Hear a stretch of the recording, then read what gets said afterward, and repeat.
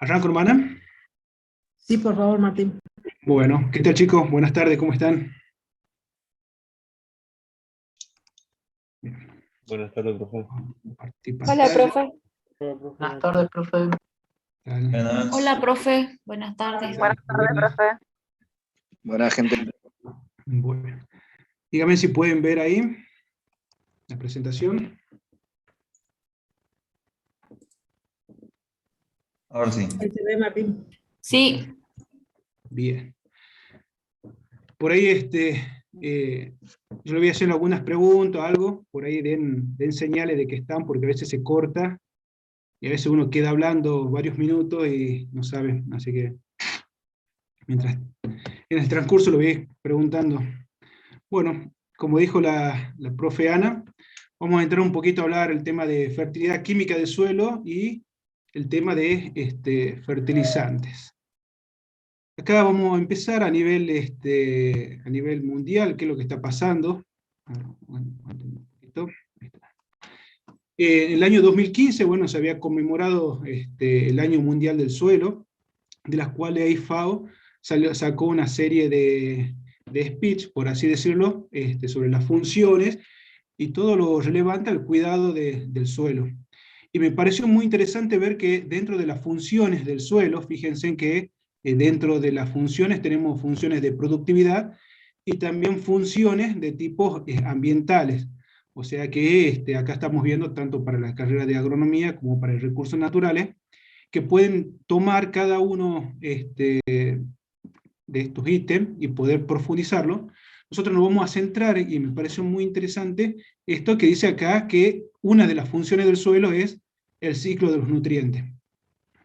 Entre todas las otras funciones, ¿sí?, que también es importante, acá está la retención o fijación de carbono, que va a estar muy de la mano, ¿no es cierto?, lo que es el ciclaje de nutrientes, y nosotros, bueno, nos vamos a centrar, y bueno, parte, fíjense, que va a estar ligado a las actividades que nosotros realicemos con el ciclo de los nutrientes, a lo que es la regulación de estos gases de efecto invernadero que van a repercutir, ¿no es cierto?, en las emisiones que nosotros hagamos.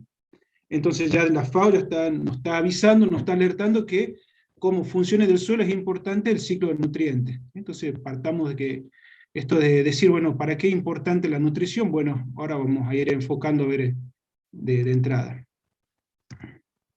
¿Qué pasa a nivel mundial con el desequilibrio de nutrientes? Fíjense que en la mayoría de los países del mundo lo que tenemos es una pobre, o mejor dicho, un desequilibrio en los nutrientes. ¿Qué quiere decir esto? Que estamos extrayendo más nutrientes de lo que estamos incorporando al suelo.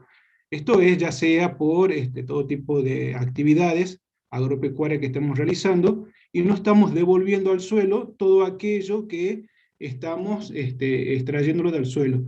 Eso es independiente de lo que un país produzca y se lleve como grano o como otro elemento, los nutrientes hacia otro país. O sea, estamos haciendo una exportación de nutrientes de un lugar a otro. O sea, sin considerar eso, en líneas generales no estamos reponiendo esa cantidad de nutrientes en los suelos.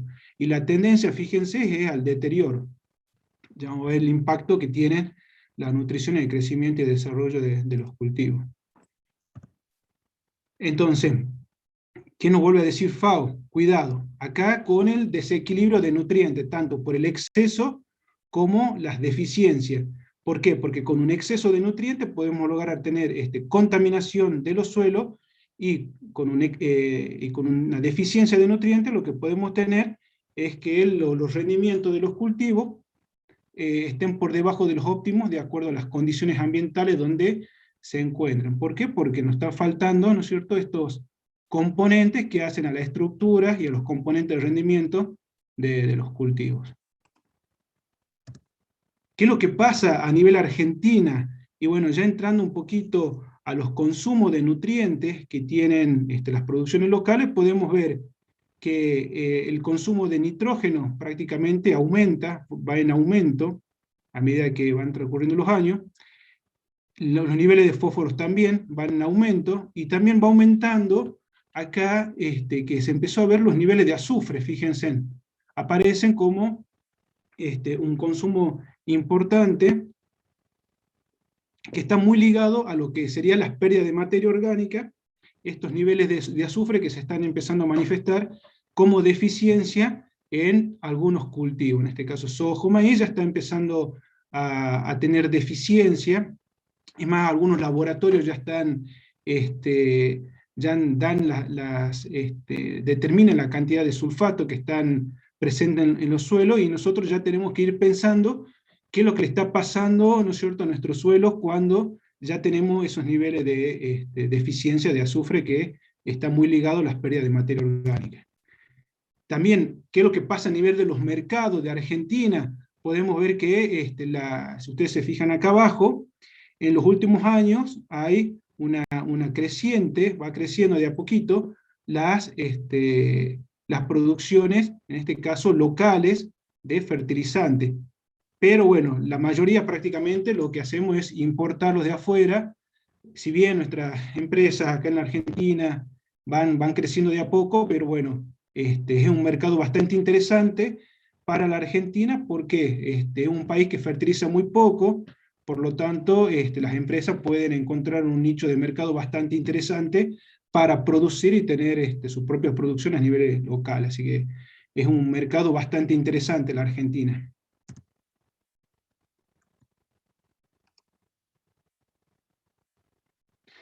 ¿Qué es lo que pasa con el consumo, fíjense, de los grupos de fertilizantes en los consumos en la Argentina?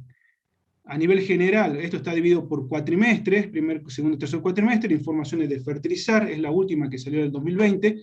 Fíjense cómo los grupos nitrogenados están aumentando los consumos, ¿sí? O sea, dentro de los fertilizantes nitrogenados tenemos lo que son a base de urea, UAN, los nitratos de amonio, fíjense que encabezan prácticamente el consumo. Le siguen los fosfatados, que están en segundo orden, y aparecen los azufrados.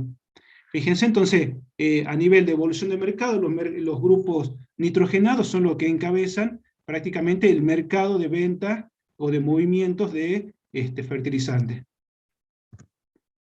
¿Qué es lo que pasa a nivel cultivo? Fíjense, a nivel cultivo, el trigo, fíjense cómo tiene una gran demanda de nitrógeno, al igual que el maíz. Fíjense, la soja no tiene una demanda justamente por lo que es la fijación biológica del nitrógeno, que hay que darle las condiciones necesarias y óptimas al cultivo y al suelo para que esa fijación sea muy eficiente, o sea eficiente en el uso de nitrógeno por fijación. Entonces obviamente que la soja no. Pero fíjense que los componentes, en este caso de fósforo, sí intervienen, ¿no es cierto?, en lo que sería la soja. Maíz, obviamente, que es altamente dependiente de los niveles de nitrógeno, obviamente por un proceso de degradación de la materia orgánica que, al no fertilizarte, el que está aportando ese nitrógeno es la materia orgánica. Por ende, en función de las demandas y los requerimientos que necesita el maíz, hay que hacerle un plus de aporte de acuerdo al estado fenológico en que se encuentra, para lograr una buena eficiencia, una buena conversión en los rendimientos. Por lo tanto, el maíz es un mercado realmente interesante y porque consume bastante el nitrógeno, al igual que el trigo, fíjense. Entonces, bueno, después tenemos las pasturas y otros cultivos que son interesantes ver, en este caso tabaco, las vid. Pero bueno, centrándonos en los cultivos extensivos, podemos ver que soja, trigo y maíz van encabezando la demanda y los consumos. Bien, y con esto en mente, ¿qué es lo que tenemos que saber de antemano? Que esto ya lo saben por fisiología, aquellos que cursaron, que la demanda está dada de los nutrientes que necesita el cultivo. Obviamente que hay venta de fertilizantes, hay demanda de fertilizantes, ¿por qué? Porque el cultivo necesita. ¿Y por qué necesita el cultivo? Porque existe un ciclo de nutrientes dentro de la planta para que forme órganos de consumo u órganos de venta, u órganos que nosotros necesitemos para la producción, lo que estemos analizando. En este caso, fíjense, en carbono, carbono, oxígeno e hidrógeno, lo tenemos prácticamente el aire, y luego tenemos, fíjense, nitrógeno, fósforo y potasio, y los nutrientes secundarios como calcio, magnesio y azufre. Estos son los que encabezan los que serían los macros y los nutrientes secundarios. Y tenemos también los micronutrientes que nos ayudan, ustedes ya saben por fisiología que algunos se necesita como precursores enzimáticos, como para aumentar la velocidad de reacción, o que influyen dentro de los componentes osmóticos dentro de la planta, que me ayudan que los estomas se encuentren abiertos. Entonces ya es un proceso fisiológico que es interesante tener en cuenta que los niveles de micronutrientes también se han analizado en una respuesta o cuando se analiza la fertilización. ¿Y dónde caemos cuando analizamos todo esto? Si bien ya vimos el tema de la planta y las demandas, en el suelo. Por ahora, los cultivos extensivos están en el suelo, por lo tanto tenemos que ver que el que le está proveyendo es, de estos medios es el suelo, los diferentes iones o cationes que se van a transformar en nutrientes para la planta. Hasta ahora los cultivos extensivos nuestros no son hidropónicos, o sea, no necesitan una solución de agua, sino que, bueno, en el suelo, a través de la fijación de las raíces, pueden tomar todos estos nutrientes. Entonces, es interesante ver acá dos cosas. Por un lado, acá tenemos a la izquierda, fíjense a ver si tengo el puntero. Fíjense en acá, la solución coloidal, que tenemos, mejor dicho, los coloides y la solución del suelo, en donde tenemos los coloides se encuentran absorbidos, y en la solución del suelo, obviamente, están en equilibrio esos iones en los poros del suelo. Ahora, tenemos una planta que a través del sistema de raíces va consumiendo parte de esos iones que se encuentran en la solución. Ahora, eso se encuentra en equilibrio con los iones que se encuentran absorbidos en el complejo de cambio. Ahora, ¿dónde intervenimos nosotros, o dónde se intervenía en la fertilización? Fíjense, en aportar acá, ¿sí? En la fertilización, que va a estar en equilibrio, obviamente, con el sistema coloidal, y fíjense que va a estar muy ligado al consumo. Entonces, hay que conocer realmente la dinámica de los nutrientes dentro del suelo, y es interesante ver los ciclos de nutrientes y cómo se llevan a cabo los ciclos dentro del suelo para que nosotros podamos intervenir en una fertilización y por otro lado conocer la demanda del cultivo de determinados nutrientes para nosotros corregir, ¿sí? O suplementar o aportar esos iones que se van a transformar en estructuras de la planta. Para ello, entonces, es importante hacer, obviamente, un buen muestreo de suelo. Y un buen muestreo de suelo implica tener el dato certero y conocer realmente cuál es la variabilidad de determinados nutrientes o determinados componentes dentro del suelo para saber nosotros, para que nosotros conozcamos y podamos inferir y hacer un diagnóstico de esos niveles y poder dar una recomendación. De nada me sirve ir a sacar una muestra al laboratorio, a llevar al laboratorio. ¿Por qué? Porque estoy cometiendo error. ¿Por qué estoy cometiendo error? Porque fíjense, acá le voy a hacer una analogía entre lo que significa sacar un análisis de sangre, que nosotros nos vayamos y hagamos un análisis de sangre, versus también cuando se hace una encuesta para elecciones, y lo que significa un muestreo de suelo. Cuando yo me voy a muestrear, voy a sacar me voy a hacer un análisis de sangre, obviamente me voy a hacer un muestreo de sangre, para ver en qué nivel estoy. Fíjense, yo del cuerpo tengo 5 litros de sangre, de esos 5 litros de sangre me sacan 10 mililitros en una jeringa, obviamente, y la proporción es 1 en 500.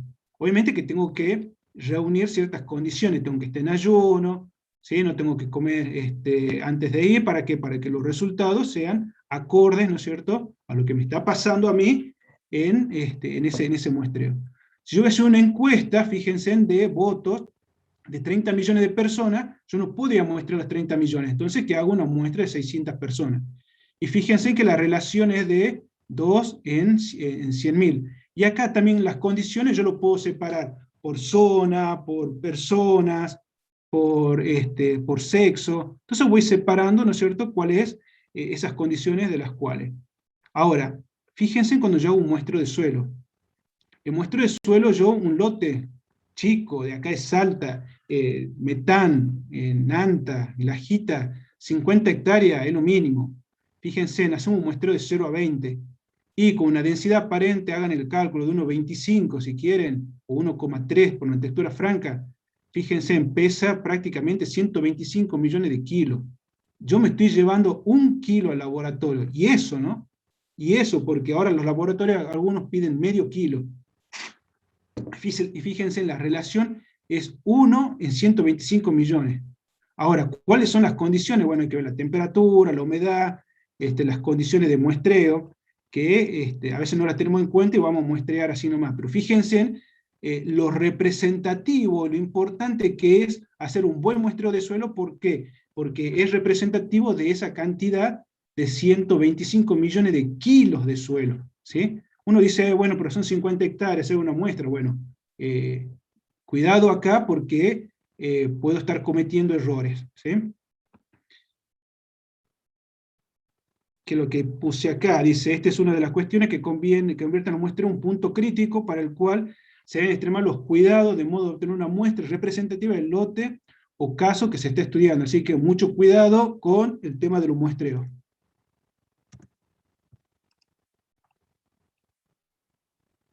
¿Cómo se pueden hacer los muestreos? Bueno, existen diferentes tipos de muestreos.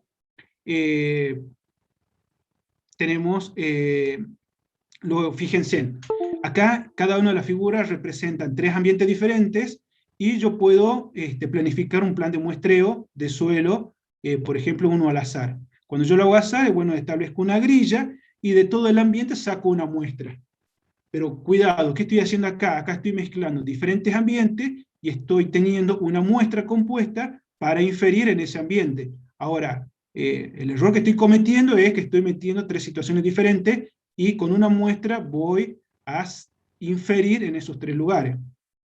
Ahora, ¿qué pasa si hago un muestreo estratificado? Por ahí resulta más interesante, fíjense, separar los ambientes, y de cada ambiente sacar una muestra compuesta, y tener información de cada ambiente, y que es representativo. Yo me quedo con esto, la verdad que es muy interesante, pero fíjense en acá la cantidad de submuestras que hay que sacar para tener una muestra representativa de ese ambiente. Otros planes de muestreo están estos de formar estaciones de muestreo. Fíjense, se separan los ambientes, y se elige un punto, se georreferencia, y se toman varias submuestras dentro de ese ambiente. Pero bueno, a veces son lugares puntuales, pero yo tengo representativos varias submuestras de ese punto. También es bueno, pero el error que estoy cometiendo es que meto todo en la misma bolsa, y tengo, luego voy a hacer una inferencia de todo esto, con una muestra. Cuando lo hago estratificado, también fíjense que tomo un punto y tomo las submuestras alrededor, que es totalmente diferente, que es al azar estratificado, donde yo puedo tener al azar, fíjense, un muestreo con una mayor cantidad de submuestras. Y también puedo tener, fíjense que esto es interesante, ver varios puntos y sacar varias muestras, varias estaciones de muestreos, tener varias submuestras, y muestreos en grilla. Y en cada uno tener varias muestras. ¿Por qué le hago esto? Por ahí pasa y por ahí no pasa. ¿Por qué le hago hincapié en esto? Porque se van a encontrar con situaciones de decir, bueno, ¿cómo saco una muestra? ¿De dónde saco? ¿Cuántas muestras saco? ¿De qué lugar? ¿Cómo separo? ¿Saco una muestra por lote? ¿Puedo inferir a través de una muestra todo el lote? ¿O tengo que hacer una estratificación? Y lo ideal es hacer una separación de ambiente y tratar de juntar los ambientes más homogéneos posible. Ahora, la otra pregunta es, lleven cuando vayan al campo a traer la camioneta una pala, ¿sí? Una pala si no tienen barreno.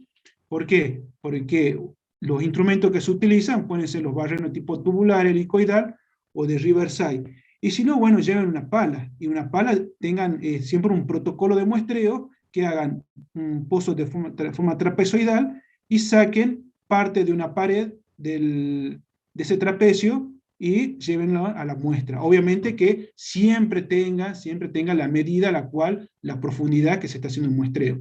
Y otra cosa que es muy importante es el tema del cuarteo de la muestra. Cuando saquen la muestra, que van a llevar al laboratorio, y hagan homogenicen, tengan cuidado con el cuarteo, ¿sí? Hagan bien esa mezcla. ¿Por qué? Porque la mayor cantidad de errores que estamos cometiendo es, por un lado, en el muestreo, y otro lado, en el cuarteo de la muestra. Entonces, tengan en cuenta que de esos 25 millones de kilos que ustedes están sacando, ustedes se están llevando medio kilo. Entonces, fíjense lo importante que es hacer que cada paso sea bien hecho a conciencia de las muestras que se está llevando al laboratorio.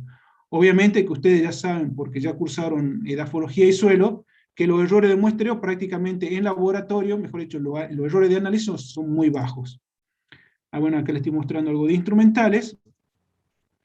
Y la otra pregunta es, ¿cuántas submuestras saco para obtener una muestra compuesta? Guarda, acá es interesante pensar esto. ¿Por qué? Porque acá se relaciona dos cosas, la precisión y la exactitud.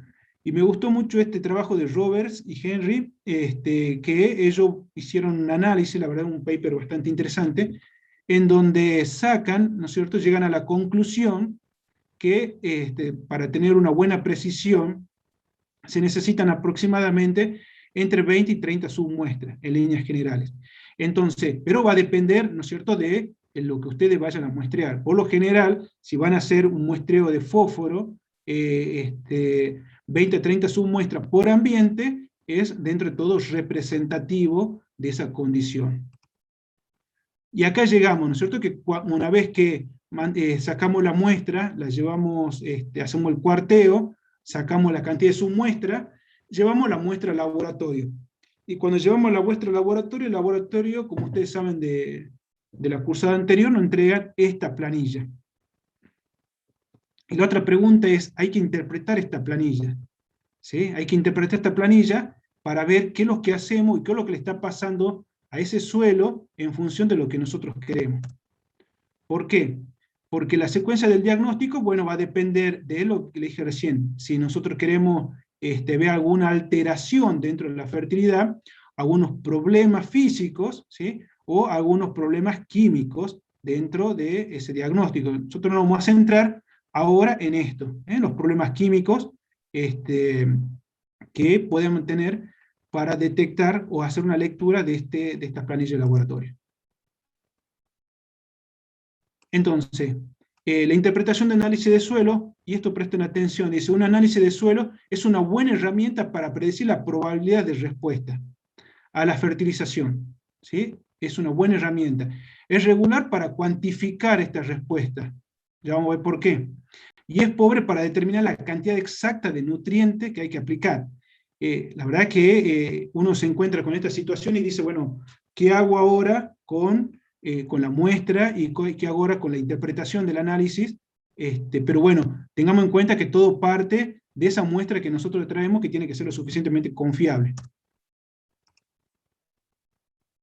La interpretación del análisis de suelo, bueno, es, por un lado, y esto sí presten atención, que es disponer de calibraciones regionales entre la disponibilidad de nutrientes y el rendimiento de los cultivos, ¿sí?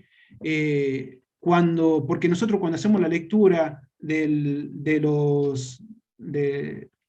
análisis de laboratorio, decimos, bueno, está en niveles bajo, alto, medio, regular, bien, eso es lo que tiene el suelo. Ahora, pero en función de lo que necesita el cultivo, ¿está en condiciones realmente? ¿Ese nivel de nutrientes está disponible para el cultivo? ¿O ese nivel cómo está? Entonces, para hacer una inferencia, hay que tener en cuenta las calibraciones regionales. Ya vamos a ver cómo se las hacen. Conocer los requerimientos nutricionales de los cultivos, obviamente. Tengo que saber cuánto me consumen la soja. O también conocer cuál es el índice de cosecha del grano, de un trigo, de un maíz, o de una soja, para conocer realmente cuánto es lo que necesito tener en el suelo para cumplir con ese índice de cosecha, que va a depender también de lo que a mí me esté exigiendo el mercado por el nivel de nutrición que necesite ese grano.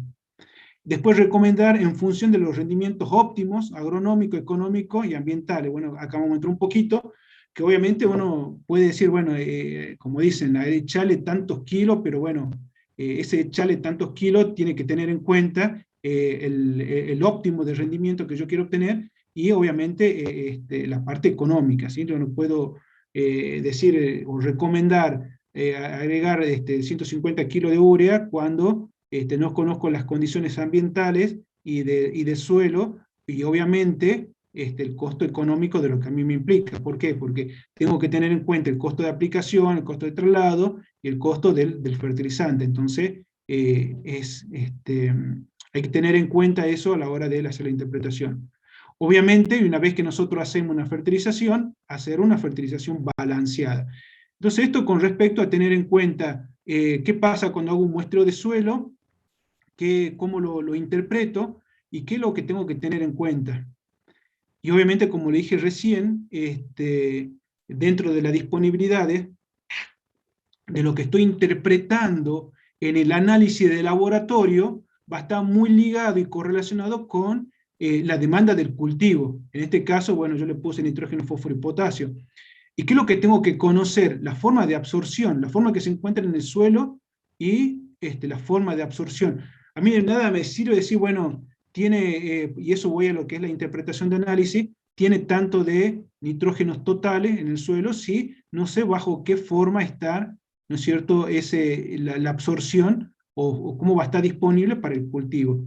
Entonces, es muy interesante y presten atención que no solamente quédense con los nitrógenos, sino hagan también análisis de nitrato para conocer, ¿no es cierto?, en el caso del nitrógeno, cómo están disponibles para el cultivo, y también va a depender de los momentos y las demandas del cultivo. Entonces, aquí hay que ir correlacionando. Entonces, los momentos de muestreo, ¿para qué hago el muestreo? En función de la demanda del cultivo y cómo está disponible ese nutriente en un momento óptimo que la planta lo necesite. Entonces, fíjense que hay que ir correlacionando todo para hacer un diagnóstico, y eso que estamos hablando recién de lo que tiene el suelo y la demanda del cultivo. Obviamente que hay que conocer también la dinámica de esos iones, en este caso, de ese nitrato, de esos fosfatos, cómo se encuentra en la solución del suelo. Y esto apunta también a lo que vimos, lo que dije al principio, conocer, ¿no es cierto?, esa relación que hay entre la solución del suelo y la parte coloidal, y conocer cómo se encuentran los diferentes iones en el suelo y cómo es absorbido por la planta. Y en función de eso va a estar la disponibilidad. Ahora, yo tengo que conocer la materia de fisiología y saber cómo toma, por ejemplo, los nitratos una planta. Entonces tengo que tener en cuenta que para que se tome nitrato, la forma que toma la planta es por flujo masal. Entonces tengo que tener agua en el suelo. Y si yo tengo fósforo, y bueno, tengo que ver que es por difusión o intercepción, o sea, tengo que tener desarrollo de raíces. ¿Ve? Acá lo está diciendo. Entonces, tengo que conocer, ¿no es cierto?, de lo que yo le dije recién, los ciclos de los nutrientes, cómo se encuentra esos nutrientes en el suelo, y cómo es aprovechado para la planta. ¿Para qué? Para que yo tenga idea, ¿no es cierto?, de qué es lo que le está pasando al suelo, y cómo la planta lo va a tomar para yo obtener un óptimo de rendimiento. Y acá, teniendo en mente eso, vamos a pensar en dos cosas, ¿sí? Entonces ya sé la demanda del cultivo, ya sé cómo un análisis de suelo, ya sé cómo la dinámica de algunos ciclos, porque ya lo estudié en otras materias. Y la otra pregunta es, ¿qué diferencia hay entre fertilidad y productividad? Porque decir, bueno, yo quiero obtener más cosas, pero yo voy a ser fertilizado o aumentar la productividad. Entonces acá dos conceptos que me pareció interesante discutirlo y ponerlo es la fertilidad. Se define como la capacidad de un suelo de aportar a los cultivos la cantidad de nutrientes que se necesita en forma balanceada. Se concentra en los nutrientes y los procesos químicos y biológicos que determinan que estén disponibles para las plantas, en ese caso. Ahora, la productividad, dice, se define como la capacidad de un suelo de producir un dado nivel de rendimiento bajo un escenario de manejo definido. Fíjense que acá ya toma el manejo, es más abarcativo, ¿no?, lo que es la productividad, ¿sí? Entonces, es para que tener en cuenta ¿Por qué? Porque abarca lo que es la fertilidad, abarca las propiedades que afectan a la dinámica del agua, entonces el ambiente. Entonces entramos a estos conceptos, ¿sí? Lo que es dotación y lo que es abastecimiento. Entonces, para que un suelo sea fértil, por así, teniendo en cuenta las definiciones, tiene que cumplir que tenga la dotación, se refiere al contenido de nutrientes que posee originalmente el suelo, y el abastecimiento son aquellas condiciones del suelo o sustrato que permite que un determinado nutriente se encuentre disponible para las plantas. Bien, con esto ya vemos lo que la profe le dijo en la clase pasada de la parte física, ¿sí? Todo lo que vieron, densidad aparente, porosidad y tasa de infiltración, porosidad, está muy ligado, ¿no es cierto?, al desarrollo de las raíces y cómo impacta ese desarrollo de ese desarrollo, mejor dicho, cómo impacta esa física de suelo en el desarrollo de las raíces, en ese sistema radical. Ahora, la dotación se va a referir cómo están esos nutrientes disponibles, ¿sí? para la planta. O sea, yo puedo tener un suelo que esté muy bien provisto, pero si tiene una alta resistencia mecánica y una alta densidad aparente, en donde el desarrollo de raíces es muy escaso, y la raíz no se entera que están esos nutrientes. Entonces, tiene que cumplir esas dos condiciones, ¿no? De dotación y abastecimiento. Y acá le pongo un ejemplo, dice, si consideramos al nitrógeno como un nutriente del suelo, la cantidad de este elemento en forma disponible para vegetar se llama la dotación, es lo que dije recién. Y la textura, estructura, la porosidad, hace referencia, ¿no es cierto?, al abastecimiento. Y acá entramos a esa diferenciación que le dije, ¿no? Lo que es la productividad, toma en cuenta el clima, el manejo, la planta y el suelo. Y dentro del suelo vamos a encontrar la fertilidad, ¿sí? Obviamente que tiene que cumplir todas estas condiciones. Entonces vamos a entrar a ver cómo esos iones, esos nutrientes están dentro del suelo. Para ello, hay varios estudios en donde se estudiaron las leyes de la fertilidad. Con respecto a la ley de la fertilidad, en un principio, al siglo XIX, se tenía la teoría del humus. La teoría del humus era considerada importante porque se creía que el humus era el que aportaba todos los componentes necesarios para el crecimiento y desarrollo de las plantas. Fíjense, según esta teoría, las plantas vivían de extractos derivados del humus disuelto en agua, de lluvia, y que le proveían todos estos elementos. Ahora, el rol del suelo era proveer una pequeña pero esencial cantidad de minerales, y el valor del humus se creía que se debía principalmente a sus constituyentes minerales. ¿Sí? Entonces, en un principio, ¿no es cierto?, se consideraba el humus que se tenía en cuenta esa teoría. Sin embargo, dice, refutar la teoría del humus y detectar la importancia de los elementos minerales en la nutrición de las plantas y la necesidad de agregar sales, vendrían a ser los minerales al suelo, para mejorar su fertilidad, iba a requerir discutir los resultados de numerosos experimentos largos. O sea, fíjense que se llegó a varias discusiones para lograr, no digo refutar esta teoría, sino reafirmar otras teorías nuevas que fueron naciendo gracias a que se conocía esta teoría y saber de dónde proveen, mejor dicho, era conocer de dónde provenían esos nutrientes para que un vegetal pueda crecer. Y es así que una de las leyes es la ley de mínimo, la ley de Leibig, que dice que la ley, fíjense, que en un suelo podemos tener toda la cantidad de nutrientes, ¿sí? Pero ¿qué pasa? El crecimiento de un cultivo se va a ver limitado por aquel que esté en menor disponibilidad. ¿Qué dice la ley de mínimo? El crecimiento es proporcional a la disponibilidad de recursos más escasos, aun cuando todo lo nuestro abunde. Yo puedo tener todos los niveles de nutrientes del suelo en óptimas condiciones, pero ¿qué pasa? Si uno está en deficiencia, va a responder a esa deficiencia. Y estamos hablando, fíjense, si hacemos una curva de los nutrientes agregados versus el rendimiento de los cultivos, podemos tener que en un principio es un crecimiento lineal, o sea, a medida que aumentamos el crecimiento, los niveles de un nutriente, ¿sí? Y acá estoy hablando de nutrientes, no estoy hablando de ningún componente en especial, aumenta el rendimiento. Pero llega un punto que por más que yo siga aumentando, el rendimiento queda, prácticamente no aumenta. ¿Por qué? Porque existe algún elemento, componente, que no está permitiendo que aumente el rendimiento. cuando yo logro detectar y mejoro esa condición, puedo aumentar mi nivel de rendimiento. Y esto pasa no solamente con decir, bueno, tengo fósforo, tengo potasio, sino a veces caemos en la oferta de agua dentro del suelo. Entonces, cuando aumenta la condición hídrica de ese suelo, podemos pasar de un nivel 1 a un nivel 2. Entonces, la función que describe es una lineal plateo, ¿sí? Eso téngalo en cuenta. Luego, ¿qué tenemos después? Acá es interesante ver esto.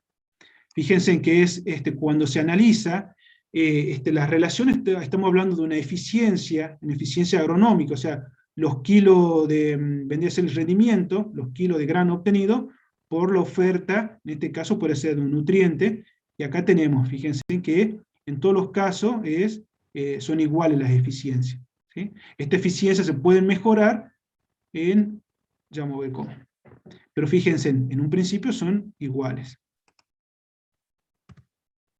Ahora, tenemos una segunda ley, ¿sí? La segunda, que es la ley del óptimo. ¿Qué dice la ley del óptimo? Que Leibniz formuló la ley del óptimo en el año 1895. Esta ley plantea que cuanto más cercana de su óptimo estén los otros factores de producción, mejor pueden las plantas usar el factor de producción disponible, o sea que se encuentre mínima disponibilidad para alcanzar el mayor rendimiento. En otras palabras, todos los factores son usados con mayor eficiencia cuando están en su óptimo. ¿Qué quiere decir? Y vamos al gráfico anteriormente veíamos que teníamos la ley del mínimo, que prácticamente veíamos que cuando estaban ese factor limitante, llegábamos a un techo de rendimiento. Pero ¿qué pasa?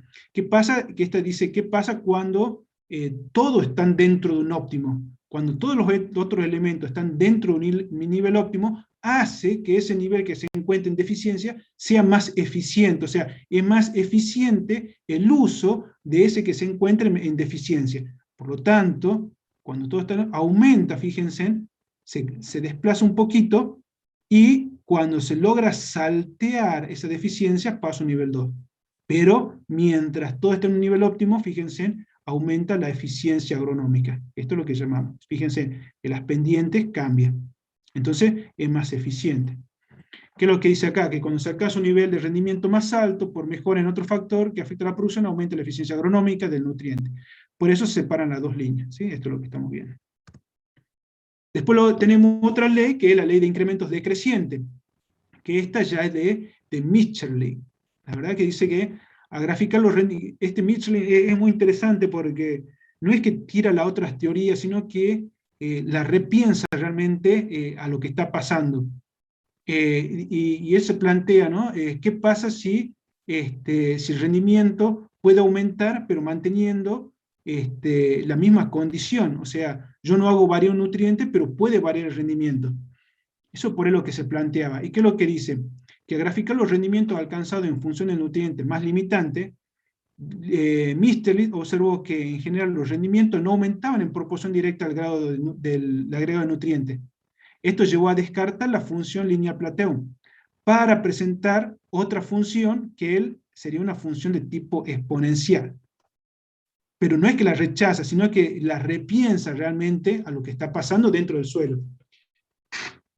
¿Y qué es lo que dice? Que cada agregado de nutriente limitante produce un incremento del rendimiento. O sea, yo agrego un nutriente. No estamos hablando de fertilizante, nutriente. ¿Y qué es lo que pasa? Tiene un determinado rendimiento. Pero guarda, yo tengo un rendimiento máximo. ¿Sí? Tengo un rendimiento máximo. Y yo agrego un nutriente y tengo un rendimiento. Ahora, ¿qué dice él?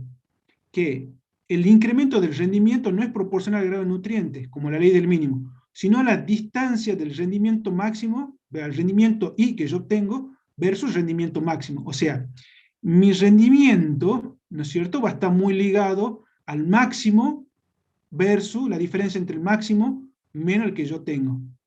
Entonces fíjense, acá está la ecuación, ¿no? La diferencia, el delta de I sobre X, va a ser el máximo menos lo que yo tengo. Y que está muy ligado a una constante C. Eso se lo dejo para que lo piensen un poquito. ¿Y qué dice? Así, cuando más cerca del rendimiento máximo se está, menos el rendimiento del rendimiento. Fíjense, mientras máximo es, mientras más me acerco al máximo, la distancia, fíjense, es menor. Entre este rendimiento y este es menor. La distancia que este es menor. A ver si lo puedo obtener. Fíjense, estas distancias son menores. Acá yo tengo menores. Entonces, ¿qué es lo que dice? El parámetro C es la constante de proporcionalidad que relaciona la pendiente de la curva, o sea, la diferencia, y determina que la función se acerque al rendimiento máximo más rápido.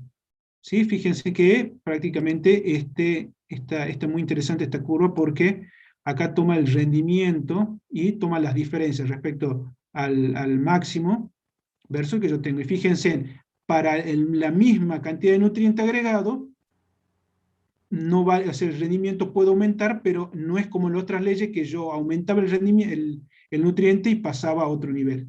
En este caso no. ¿Sí? Pero él toma en cuenta esos niveles. Ahora, cuando se aumente esa deficiencia, pasa a otro nivel mayor. Ahora, teniendo en cuenta estas leyes, la tenemos que aplicar lo que pasa en el suelo con lo que le pasa al cultivo. Entonces, ¿cuáles son las funciones de rendimiento? Esto un poco capaz que ya lo vieron en fisiología, que dice que la relación entre el rendimiento de un cultivo y el agregado de nutriente esencial y limitante en forma de fertilizante puede caracterizarse mediante una curva, obviamente. ¿Sí? Yo tengo, ya le puse acá dosis fertilizante, pero fíjense, si yo tengo un ensayo en donde el tratamiento inicial, que es el testigo, yo tengo esta condición, y 0. O sea, para un 0 de aplicación testigo, tengo este rendimiento. Pero a medida que yo voy agregando un nutriente, ¿sí? Voy agregando un nutriente, tengo una zona de deficiencia donde yo tengo respuesta. O sea, el cultivo me responde al agregado de esa dosis de fertilizante. Entonces estoy en una zona de deficiencia, pero tengo respuesta. Luego estoy en una zona de suficiencia, que por más que yo agregue, el rendimiento prácticamente no aumenta. Y luego, por más que yo siga agregando, cae el rendimiento por un exceso. Entonces, conocer la dinámica del rendimiento en función de la dosis aplicada y qué es lo que le pasa al cultivo, me permite a mí saber en qué nivel estoy para poder hacer, para tener una respuesta a la fertilización en función de la deficiencia, en qué zona yo me estoy encontrando para poder agregar una dosis de fertilizante y si voy a tener una respuesta en la planta. Ahora, teniendo en mente todo lo que vemos, ¿sí? La fertilización, los muestreos de suelo, la muestra quemada de laboratorio, el análisis de laboratorio, teniendo en mente las leyes del óptimo, del mínimo, de Mitscherlich, y con esto, ¿no? de la respuesta que yo tengo en los cultivos. Y la pregunta es, ¿cómo se calibra ahora? ¿Cómo calibro el análisis de suelo? ¿Sí? Ahora, para hacer un diagnóstico, ¿cómo lo calibro? Bueno, podemos obtener, fíjense, que las mejores y más apropiadas calibraciones se obtienen a partir de ensayos de campo. O sea, ¿qué es lo que tengo que hacer yo? Voy a un ensayo de campo, tengo los diferentes tratamientos, y obtengo para determinadas dosis, tengo los determinados rendimientos relativos. El rendimiento relativo es el rendimiento testigo sobre el rendimiento fertilizado. Entonces yo hago una curva, entonces en función del fósforo disponible versus el rendimiento relativo, o sea, el rendimiento testigo versus lo diferente fertilizado. Y obtengo estas curvas, ¿sí? Ahora, yo a partir de acá puedo obtener, puedo calibrar. ¿Qué quiere decir calibrar? Entonces, el momento en donde yo ya no voy a tener respuesta, por eso tengo que tener en cuenta la curva anterior, el momento que yo ya no tengo respuesta, fíjense, yo obtengo el valor óptimo. Y hablo de rendimiento relativo. ¿Qué quiere decir rendimiento relativo? Si yo digo un rendimiento relativo del 95%, ¿qué quiere decir? Que a mí me está faltando 5% para llegar al rendimiento máximo. A eso se refiere, ¿no? Por eso las curvas, fíjense, las tenemos prácticamente por arriba del 90%, porque yo estoy esperando una respuesta del 90%, o sea, un porcentaje de pérdida o disminución del 10%. Tanto para fósforo y acá. Y acá,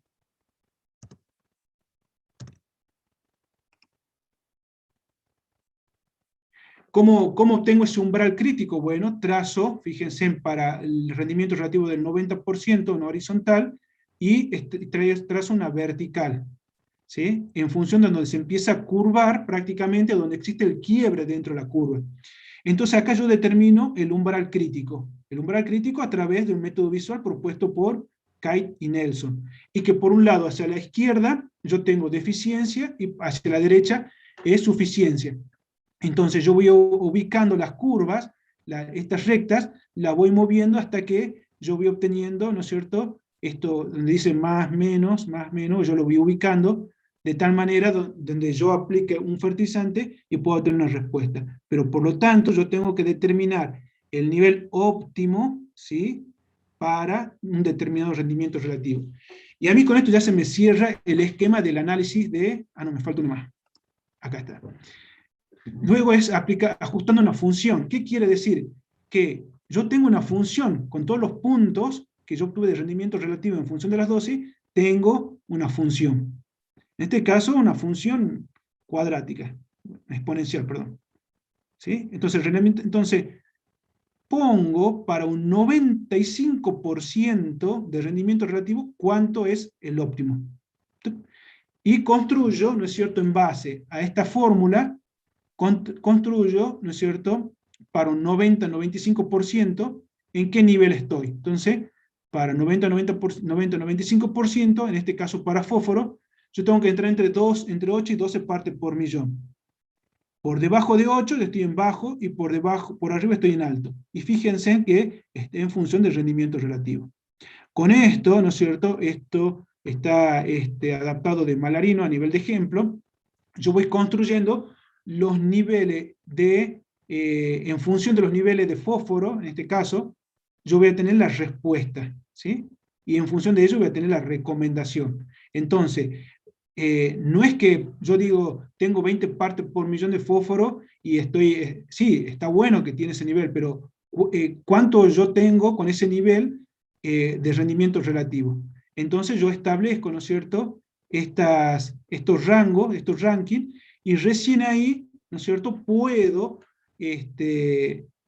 darle al análisis de suelo una interpretación agronómica de un diagnóstico de lo que yo estoy haciendo. Por eso es muy importante hacer un buen diagnóstico de suelo, ¿sí? Un buen diagnóstico y un buen muestreo. ¿Para qué? Para que yo, cuando haga estas curvas, ¿sí?, y haga estos rankings, esté dando una buena dosis.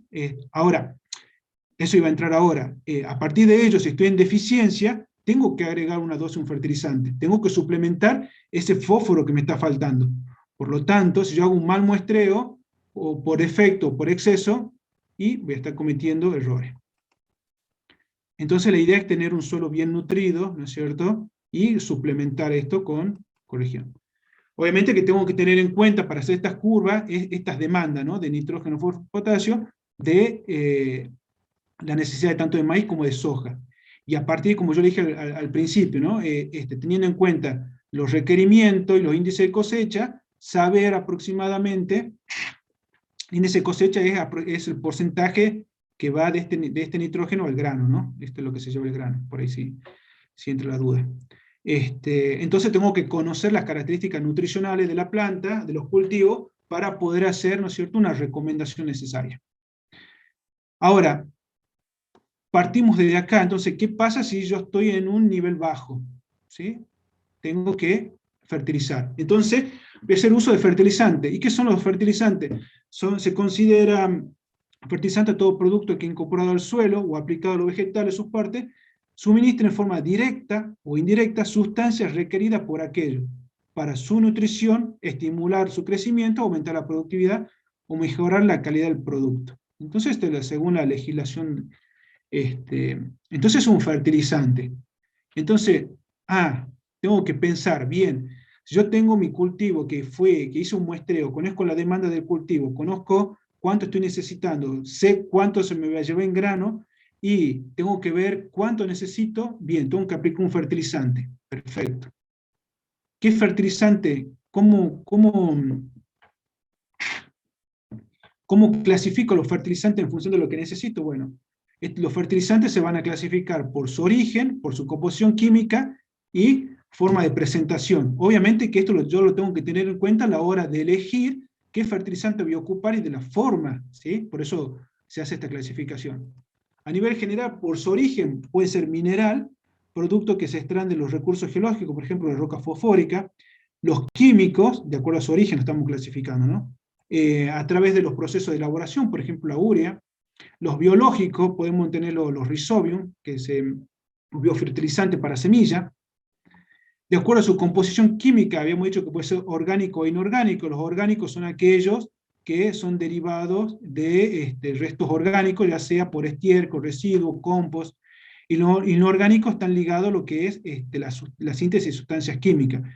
Y los inorgánicos se van a clasificar como simple y compuesto, por ejemplo, el fosfato diamónico, el 18460, o compuesto como el triple 15. Por su forma de presentación, obviamente los líquidos, tenemos las soluciones de WAN, los sólidos pueden ser perlados o en polvo, y los gaseosos en forma amoníaco anhídrico. Entonces, esos son como yo caracterizo o clasifico los fertilizantes. Ahora, esos fertilizantes tienen una determinada característica, o unos determinados atributos, ya sean atributos químicos, físicos, que yo los tengo que tener en cuenta a la hora, ¿no es cierto?, de comprar un fertilizante, o de elegir un fertilizante. ¿Por qué? Porque este fertilizante, como es un compuesto químico, va a tener una serie de reacciones químicas dentro de la solución del suelo, que yo la tengo que tener en cuenta para ver cuál es el impacto que voy a estar ocasionando y cómo voy a modificar algunas de las variables que se encuentran en el suelo. Esas variables ustedes ya las conocen, por ejemplo, el pH, la salinidad, aparte de los iones. Entonces, yo tengo que tener en cuenta esta característica de los fertilizantes para poder saber cuál voy a utilizar y cuál voy a aplicar. Entonces, por un lado tenemos los atributos químicos, que son el grado equivalente, la pureza, el índice de acidez, el índice salino, los atributos físicos como el tamaño, la granulometría, la solubilidad, el índice de higroscopicidad, la tendencia al cracking y el endurecimiento y dureza. ¿Siguen ahí, chicos? Sí, profe. Sí, Sí, profe. Bien, bien. Bueno, tenemos entonces dentro los atributos químicos, y podemos ver que cuáles son los atributos químicos que yo los tengo que leer y tengo que tenerlo en cuenta, ¿sí? Cuando yo voy a comprar una bolsa de fertilizante. Y, por ejemplo, tenemos el grado. Entonces, el grado tenemos el porcentaje en peso como elemento del componente primario, en este orden, nitrógeno, fósforo y potasio, ¿sí? Y después tenemos el grado equivalente, que es el porcentaje de peso de los componentes primarios. Y acá yo le puse un ejemplo, que esto se lo copió la profe, que es, fíjense, acá tenemos el membrete, que tenemos, por ejemplo, el 18460. Y por un lado tenemos el grado, y por otro lado tenemos el grado equivalente. ¿Se entiende? Fíjense que me está diciendo las proporciones que tiene. Ahora, en 100 kilos, yo tengo 18 kilos, 100 kilos de fertilizante, yo tengo 18 kilos de nitrógeno, 18 de fósforo, mejor en este caso 20 de fósforo y 0 de potasio. Esto cuando vean algunos cálculos, presten atención, porque es importante ver, en función de eso ustedes van a hacer las formulaciones de los diferentes fertilizantes que tiene.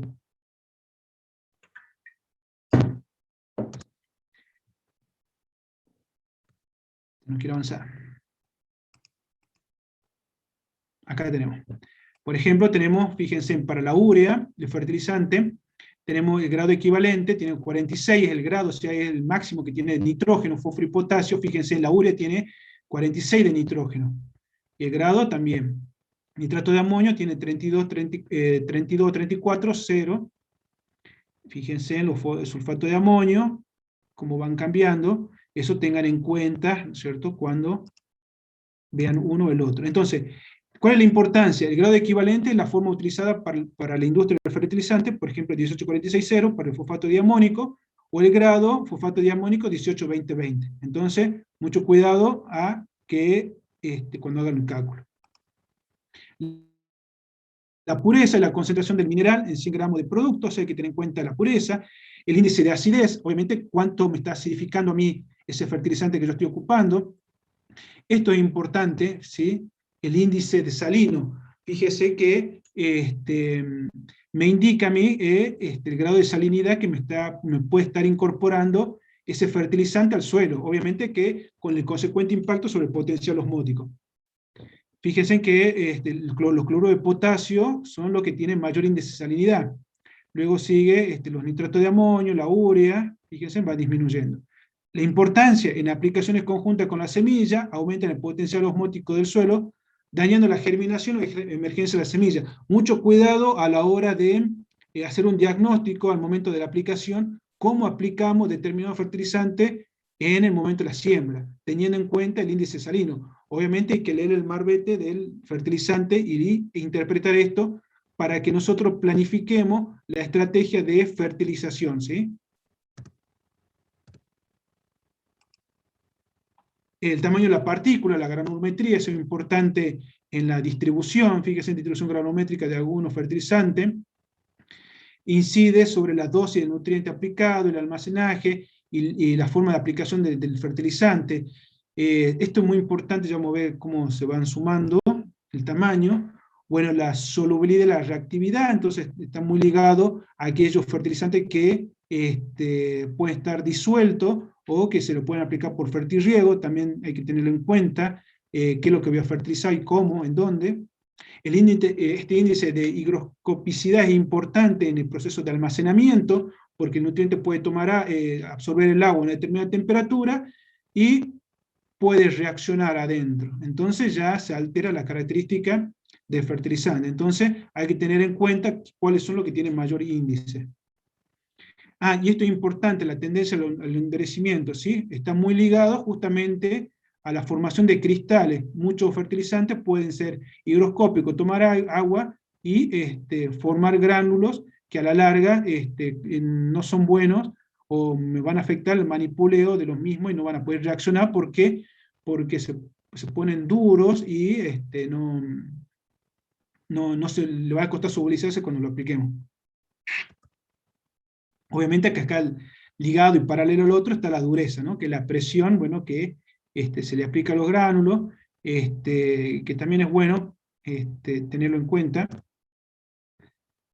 Bueno, eso con respecto a las características de los fertilizantes.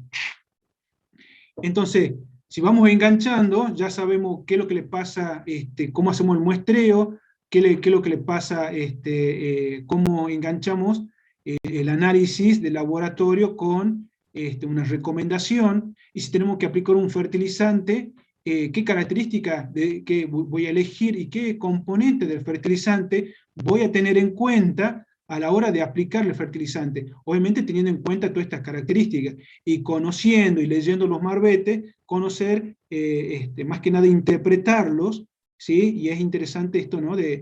Obviamente que una vez se aplica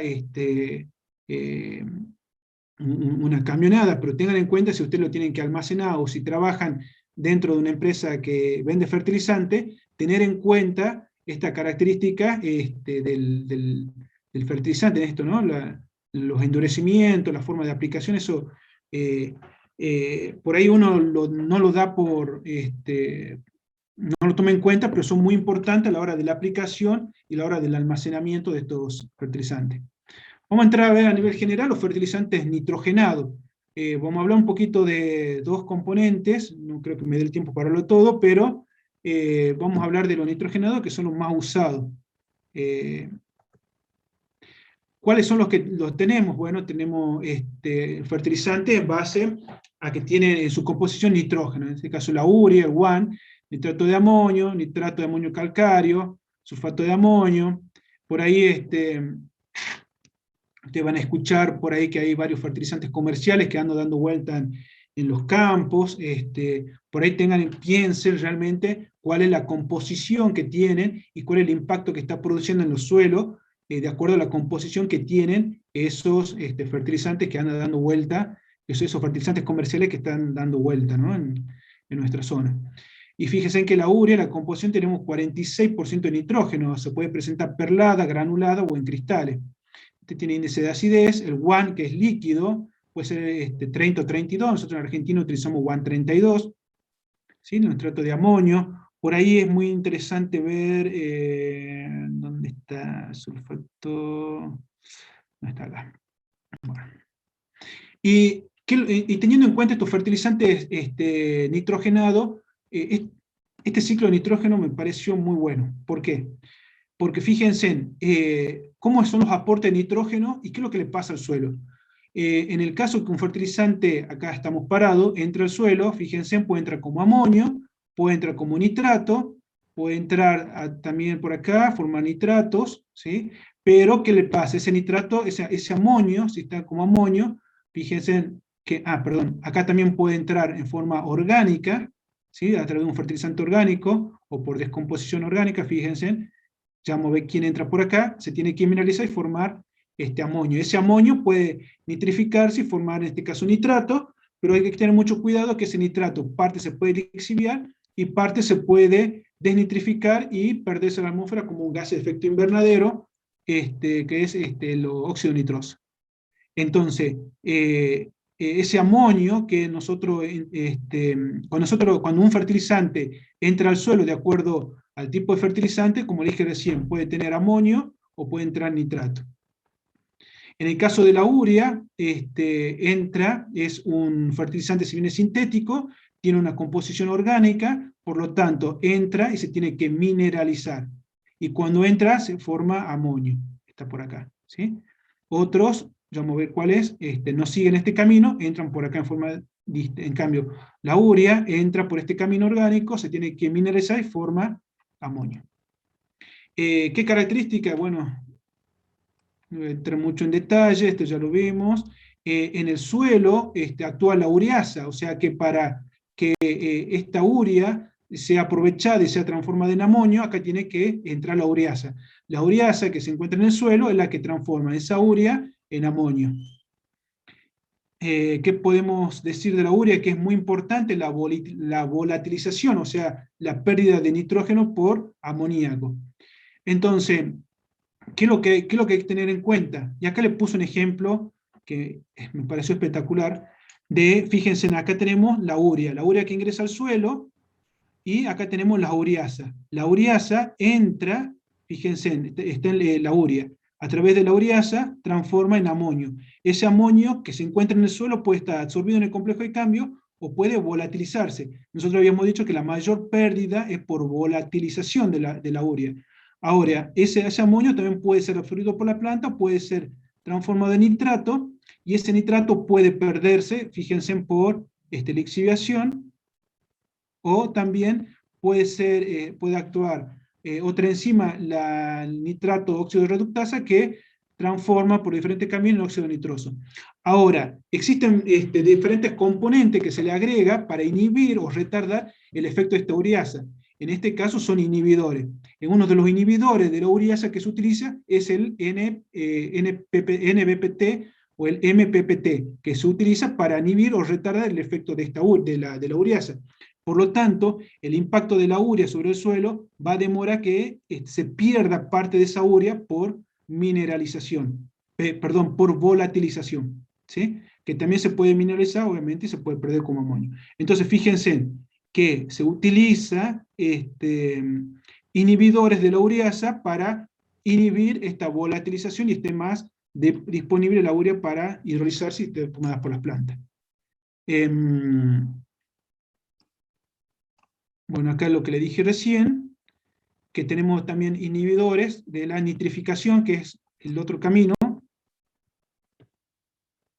Este camino acá tenemos los inhibidores de esta óxido reductasa, ¿sí? Que actúan en estos niveles para inhibir el otro camino. Pero lo que más se usa son los inhibidores de la ureasa. Y fíjense, cuando nosotros aplicamos urea al suelo, fíjense que las pérdidas por volatilización, este es un gráfico que me determina los días versus las pérdidas por amonificación. Fíjense que en el momento que nosotros aplicamos, prácticamente sin recubrir la urea, ¿sí? Sin ningún, donde tiene impacto la ureasa, fíjense que se pierden rápidamente. A los 3 o 4 días de aplicado tenemos altas pérdidas por volatilización, ¿sí? Ahora, cuando utilizamos un inhibidor, ese efecto se retrae, ¿sí? Podemos tener entre 5 o 10 días para que no se produzcan estos picos de pérdidas por amoníaco de la urea. Entonces está más disponible para las plantas. Y acá, fíjense, es lo mismo, pero los días acumulados, ¿sí? O sea, que las pérdidas acumuladas se retrasan unos días más cuando la urea está recubierta, mejor dicho, cuando la urea está con los inhibidores. Hoy en día también ya hay en el mercado urea de tipo recubiertas, que en este caso los niveles el grado es menor que la urea, y tenemos aquellos que son de liberación lenta, que algunos tienen una serie de capas en donde la liberación del nitrógeno es más lenta. Es una nueva tecnología que está apareciendo. ¿Qué es lo que tiene que aparecer la urea? Bueno, la urea tiene que incorporarse al suelo rápidamente, necesita entre 10 a 20 milímetros de agua, obviamente que hay que evitar para que tengamos menos pérdidas, ¿sí? O puede ser incorporada. En nuestras condiciones, obviamente que tenemos que intentar sincronizarla con la oferta de lluvia. Estos son los mecanismos de pérdida por volatilización de amoníaco, lixiviación de nitrato y de nitrificación. Obviamente que las condiciones predisponentes son alta temperatura, humedad edáfica. Fíjense en el caso de la volatilización, la lixiviación es cuando se transforman los nitratos, ¿sí? Y la denitrificación, bueno, cuando perdemos por altas temperaturas en aerobiosis. Y acá les voy a mostrar un pequeño video. A ver.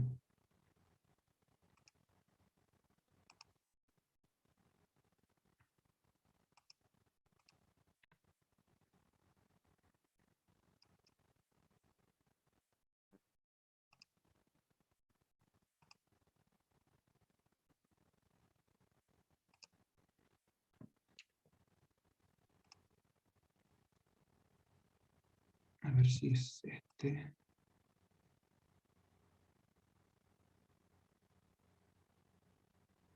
de cómo se aplica la urea a campo.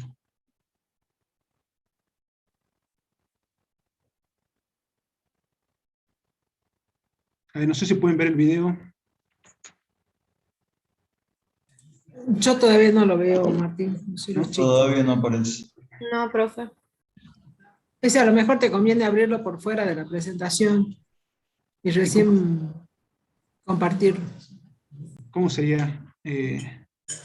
No sé Profe, dónde. En tu tiene que carpeta poner compartir, tiene que elegir la ventana donde esté el video y ahí abajo le sale la opción de compartir sonido. A ver, compartir. Compartir sonido. Optimizar. Clip per video. Esas dos opciones tiene que poner. A ver ahí. Ahora pueden ver su... No, no se ve, ¿no? No, profe.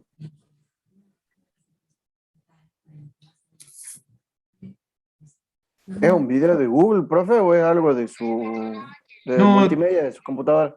No, sí lo descargué. A ver, intentemos otra vez. Es se mantiene presionado el control para esta ventana.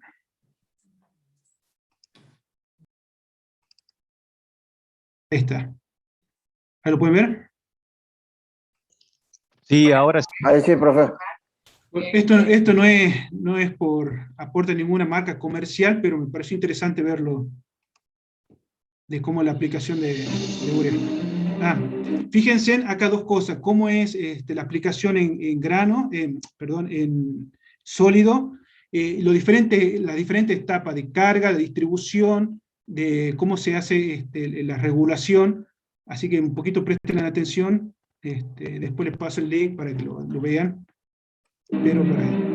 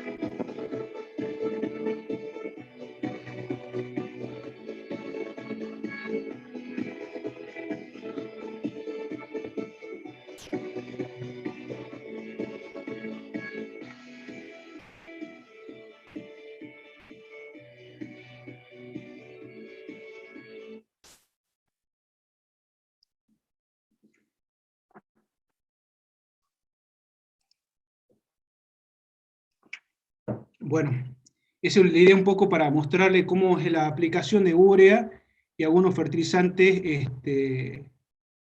sólidos al suelo. Obviamente que hay todo, fíjense con el video, cómo se va regulando la máquina, cómo va tomando muestra para ver cómo es la calidad de aplicación de los fertilizantes. Eso ya es otro capítulo de aplicación realmente muy interesante para tenerlo en cuenta, para ir regulando las máquinas a la hora de hacer una aplicación de urea. Y ya nos vamos terminando.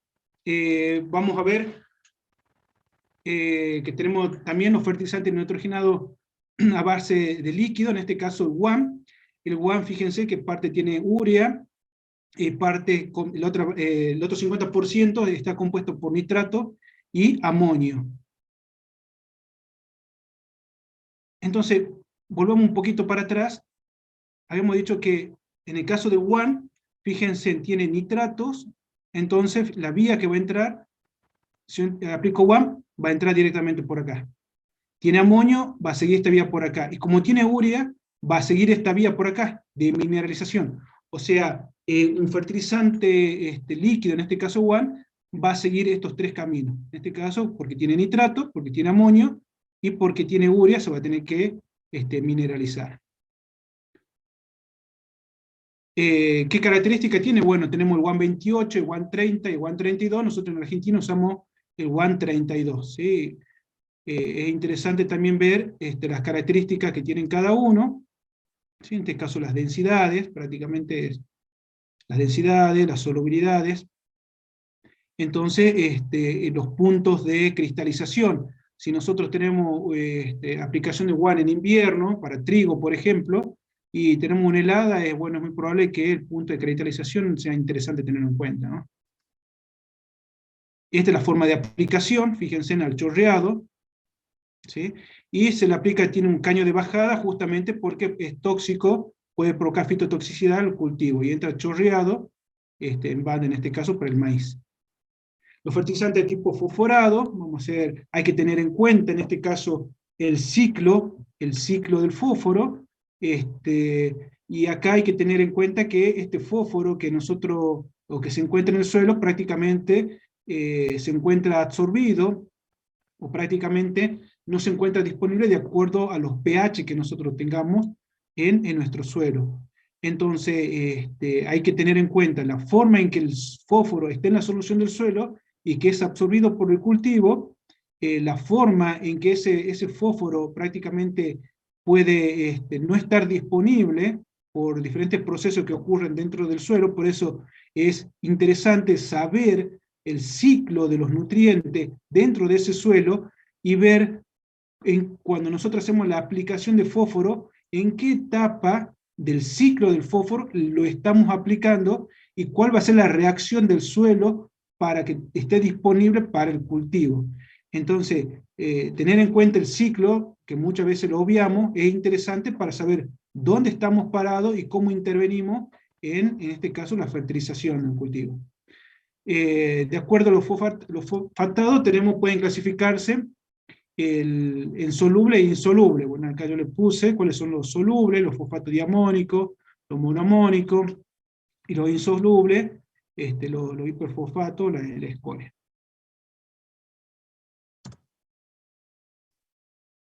La característica, por ejemplo, el fosfato diamónico, la fórmula química, el grado equivalente y el grado, fíjense, los fosfatos monoamónicos. Esto es interesante a la hora de hacer el cálculo de la cantidad de dosis que uno quiere, o cantidad de fertilizante que uno necesita de acuerdo a las dosis que ha estimado para aumentar el rendimiento, teniendo en cuenta las curvas de calibración, ¿no? Tengan en cuenta las curvas de calibración al momento, ¿no es cierto?, cuando ustedes hagan las curvas a través de ensayo, o hayan curvas dentro de un ambiente, de una zona, para ver cuáles son los óptimos, y en función de eso, determinan la cantidad de fertilizante. Y acá le voy poniendo ya un poquito para ir terminando, en este caso el diagnóstico de fertilidad para maíz, ¿qué es lo que hay que tener en cuenta? ¿Sí? Esta información de IPNI, pueden ingresar también, el análisis de suelo, ¿sí? El análisis de suelo es importante teniendo en cuenta el estado de desarrollo del cultivo. Y el análisis de suelo, fíjense, en presiembra o ante la siembra, es importante conocer los niveles de fósforo, los niveles de nitrato presentes, los niveles de sulfato presentes. Fíjense que los niveles de nitrato están a un nivel por lo general muestreo de 0 a 20, 20 a 40 y de 40 a 60.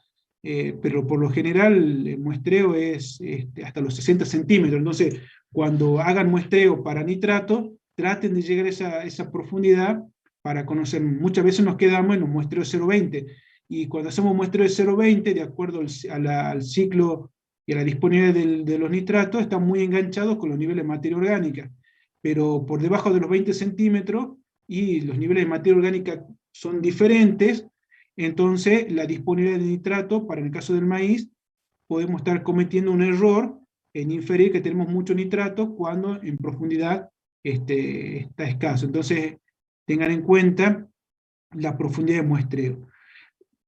Obviamente que va a depender de la demanda del cultivo, ¿no? Acá los nitratos entre 5 o 6 hojas me sirven a mí para poder hacer una fertilización de nitrógeno. ¿Por qué? Porque está muy ligado a la demanda del cultivo, ¿no? Acá hay que recordar un poco las curvas de acumulación de materia seca versus la demanda de nitrógeno, nitrógeno-fósforo, en este caso nitrógeno, por parte del cultivo, que ya va a ir definiendo algunos factores de rendimiento del cultivo, ¿no? Entonces, tengan en cuenta los momentos que van a estar muy ligados a la fijación de los rendimientos de algunos de los componentes del rendimiento, quise decir, del cultivo. Obviamente también se puede hacer análisis de hoja. Entonces tengan en cuenta entonces el análisis de suelo y los momentos, ¿sí? Que va a estar ligado a las demandas del cultivo. Y ya para ir cerrando, tengan en cuenta que tener esto, ¿no? de las mejores prácticas de manejo de fertilizante, que va a estar muy ligado a la dosis, a la fuente y a los momentos. Y esto es lo que estuvimos viendo, ¿no? Las dosis, la fuente y los momentos, que todos tienen que entrar entra todo un esquema económico, ecológico y social que tiene que mantenerse integrado y equilibrado. ¿Para qué? Para que tener un manejo sustentable de los recursos. Obviamente que tiene que estar ligado a una rentabilidad, ¿no? O sea, las patas tienen que estar en equilibrio para que nuestra actividad sea económicamente rentable, socialmente y pueda incorporar trabajo, y ecológicamente saludable. Y hay que tomar decisiones en el manejo de nutrientes. Obviamente, teniendo en cuenta todo esto, el abastecimiento en el suelo es importante de acuerdo a todo lo que estuvimos viendo, ¿no?, recién. Y en función de eso vamos a tener las dosis recomendables, y este es un círculo, ¿sí? O sea, esto no acaba con un muestreo, con un análisis, sino hay que tener en cuenta el manejo del ambiente, de los ambientes en donde se encuentran los cultivos. Y obviamente las mejores prácticas de manejo de fertilizantes que últimamente se están estimulando para hacer un uso racional de los fertilizantes. Bueno, y con esto creo que terminamos.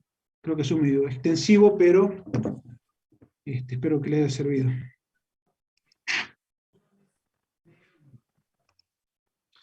¿Alguna duda?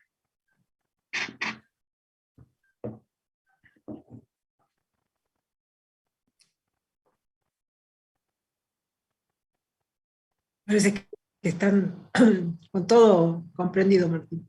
No hay dudas, Bueno, parece. mejor. No, está bien. Sí, pero estamos pisando